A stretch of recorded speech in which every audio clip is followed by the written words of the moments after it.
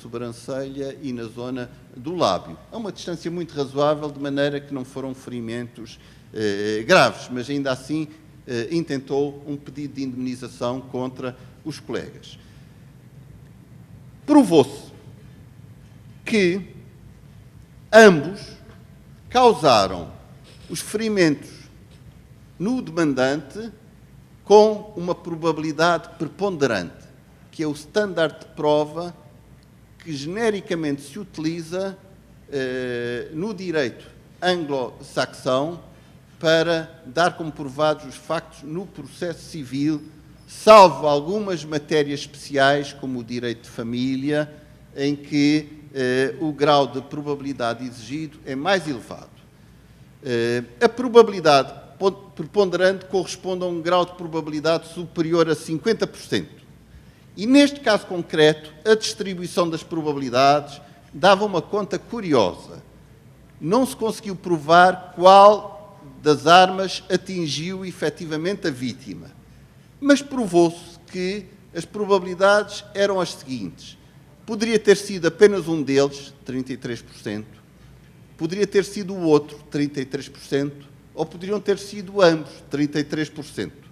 O que significa, de acordo com este standard probatório, que cada um deles separadamente teria causado os ferimentos com uma probabilidade de 66%, ou seja, acima dos 50%.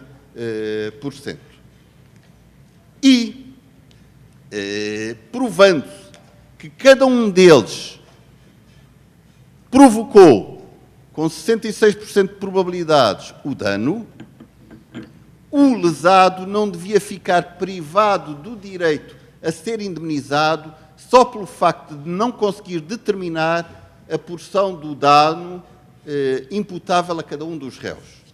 Na verdade, o Tribunal de Primeira Instância salientou que o ónus de provar se só um ou ambos tinham provocado os ferimentos recaía sobre cada um dos réus, de modo que pertencia a cada um fazer a demonstração de que fora o outro o causador do dano, o que seria a única forma de cada um se eximir da responsabilidade civil. E esta decisão foi confirmada pelo Tribunal de Recurso. Chamo particularmente a vossa atenção para que o problema que aqui está em questão é a determinação da medida da prova e a questão do ónus é uma questão apenas subsequente.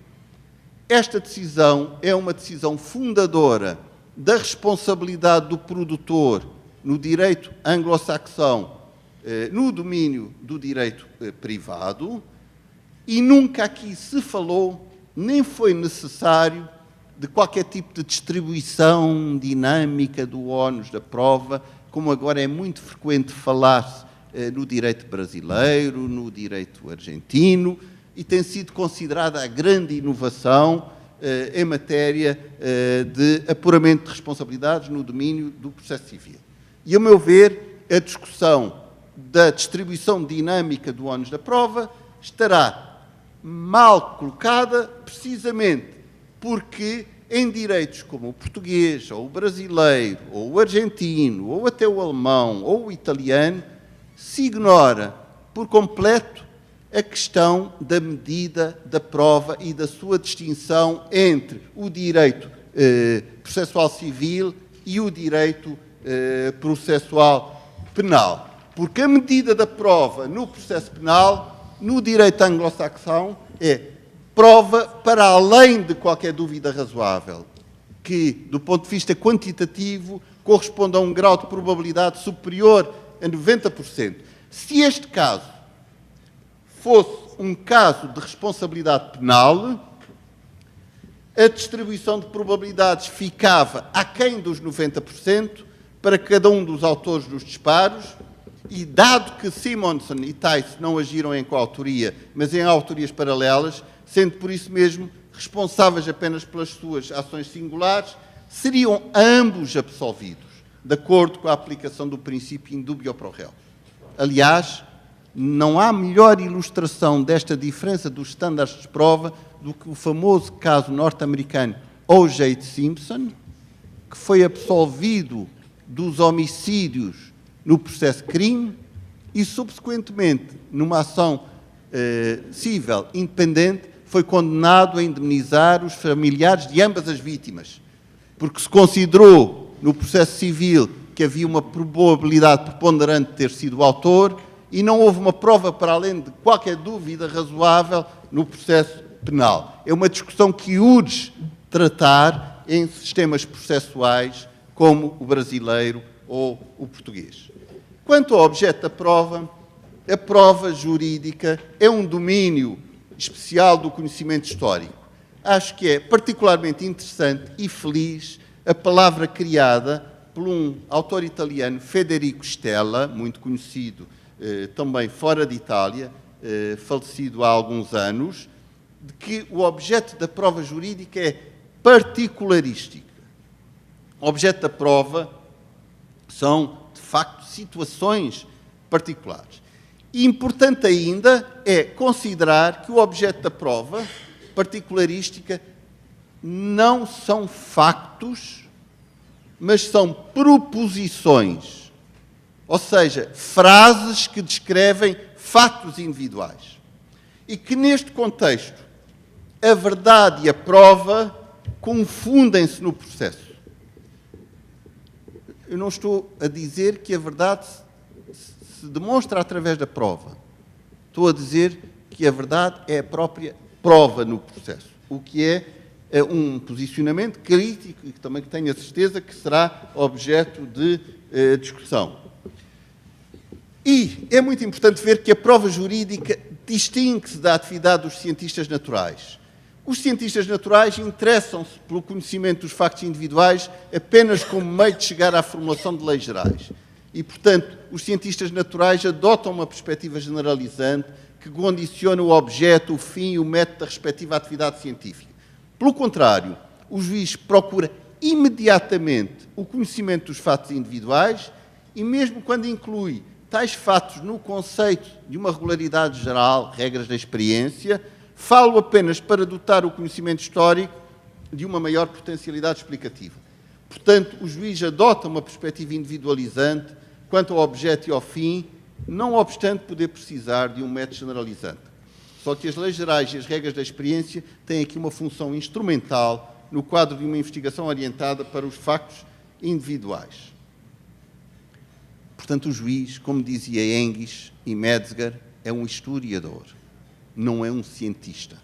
O juiz aproxima-se na sua atividade do historiador, no interesse que tem pelo conhecimento particular dos factos individuais através das proposições que os descrevem. Modelos de prova. Nesta matéria, há tradicionalmente dois modelos contrapostos. Eu devo dizer que a matéria do direito probatório tem grande tradição na doutrina, sobretudo norte-americana, muito mais do que em países como a Alemanha, a Itália, Portugal ou o Brasil e outros. E muitas destas discussões são importadas diretamente do direito norte-americano, ou sobretudo da respectiva literatura. Há fundamentalmente dois modelos de prova: o modelo argumentativo e o modelo narrativo. O modelo argumentativo exige uma análise individualizada de cada meio de prova e a discussão da sua relevância. E, no final, implica a construção de uma série dos factos individuais que são sujeitos à prova. Este modelo vem de Wigmore, cuja metodologia implicava a representação de um gráfico ou de um diagrama com as conexões entre fatos individuais, meios de prova e argumentos, os chamados diagramas de Wigmore. Aqui vem uma reprodução de uma gravura da época de John Henry Wigmore, que era o mais conhecido perito de direito probatório e, no fundo, em grande medida, nos Estados Unidos, o criador desta disciplina. Enfim, na Europa terá havido antes Bentham. Escreveu um famoso tratado em vários volumes, que é, na gíria, conhecido como Wigmore on Evidence. Isto é uma reprodução, enfim, um bocadinho desfocada, mas genuína do tratado do Wigmore, que tem uma versão depois atualizada. Vêem já a dimensão do próprio tratado. E ele criou esta metodologia dos diagramas de Wigmore para descrever e organizar os meios de prova disponíveis, além de que permitem também desenvolver o procedimento do raciocínio probatório através de passos sucessivos. Os diagramas de Wigmore são especialmente complexos, os seus vértices representam proposições, os vértices são numerados e o diagrama segue uma ordem contrária à cronologia dos eventos. Lembrei-me, se calhar, para explicar da melhor maneira estes diagramas, de um filme interessantíssimo de Hitchcock, eu confesso, em que,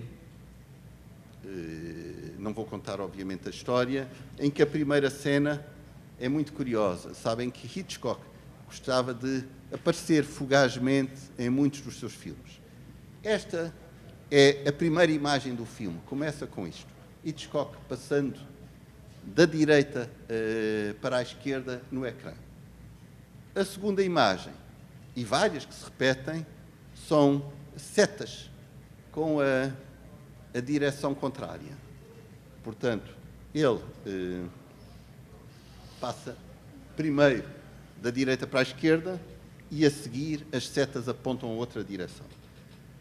Se calhar é mesmo o que fazem os diagramas de Wigmore, porque seguem uma ordem contrária à cronologia dos eventos. Vão dos mais recentes para trás, procurando reconstituir os passos da matéria que está a ser investigada.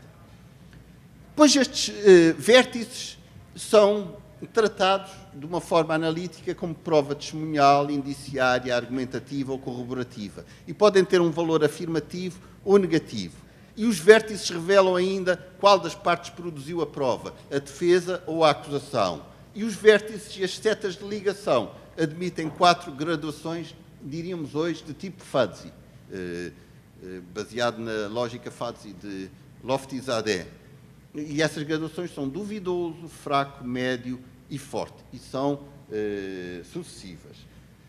Vejam a representação simbólica do que seria a prova apresentada pela defesa ou pela acusação de tipo testemunhal e assim sucessivamente. E com isto consegue-se construir diagramas muito complexos.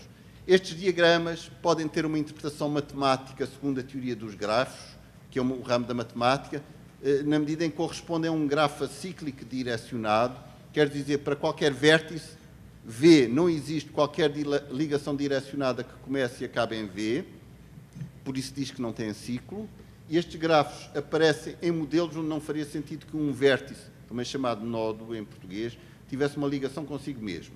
E acresce que é direcionado, porque todas as ligações têm uma direção associada que vai em sentido contrário à cronologia dos eventos. Estes gráficos do Wigmore têm tido um interesse renovado por académicos modernos na área da prova, o mais conhecido dos quais é Twining, mas também Anderson e Schum, e que desenvolveram a chamada nova teoria da prova. Cito apenas uma das obras de referência, mas há várias, esta numa segunda edição de 2005. Este modelo argumentativo é adaptável à fundamentação que deve constar da sentença, quer na parte relativa à enumeração dos factos provados e não provados, quer no tocante à exposição completa, ainda que concisa, dos motivos de facto que fundamentam a decisão, isto é, os argumentos que são acolhidos, quer ainda na parte que concerne à indicação do exame crítico das provas que serviram para formar a convicção do tribunal, os meios de prova efetivamente utilizados. Portanto, do ponto de vista da sua estrutura, os diagramas de Wigmore são muito úteis para aquilo que deve constar da sentença. Eu devo dizer, no entanto, que duvido que algum juiz norte-americano aplique efetivamente os diagramas do Wigmore. São extremamente complexos. A grande crítica é mais a exigência semiótica fundamental que está ligada a estes diagramas para que eles possam ser realmente aplicados a casos concretos. Além de que os juízes não estão habituados a trabalhar com representações gráficas, portanto não corresponde à linguagem natural das sentenças. Mas como estrutura de raciocínio é um bom modelo.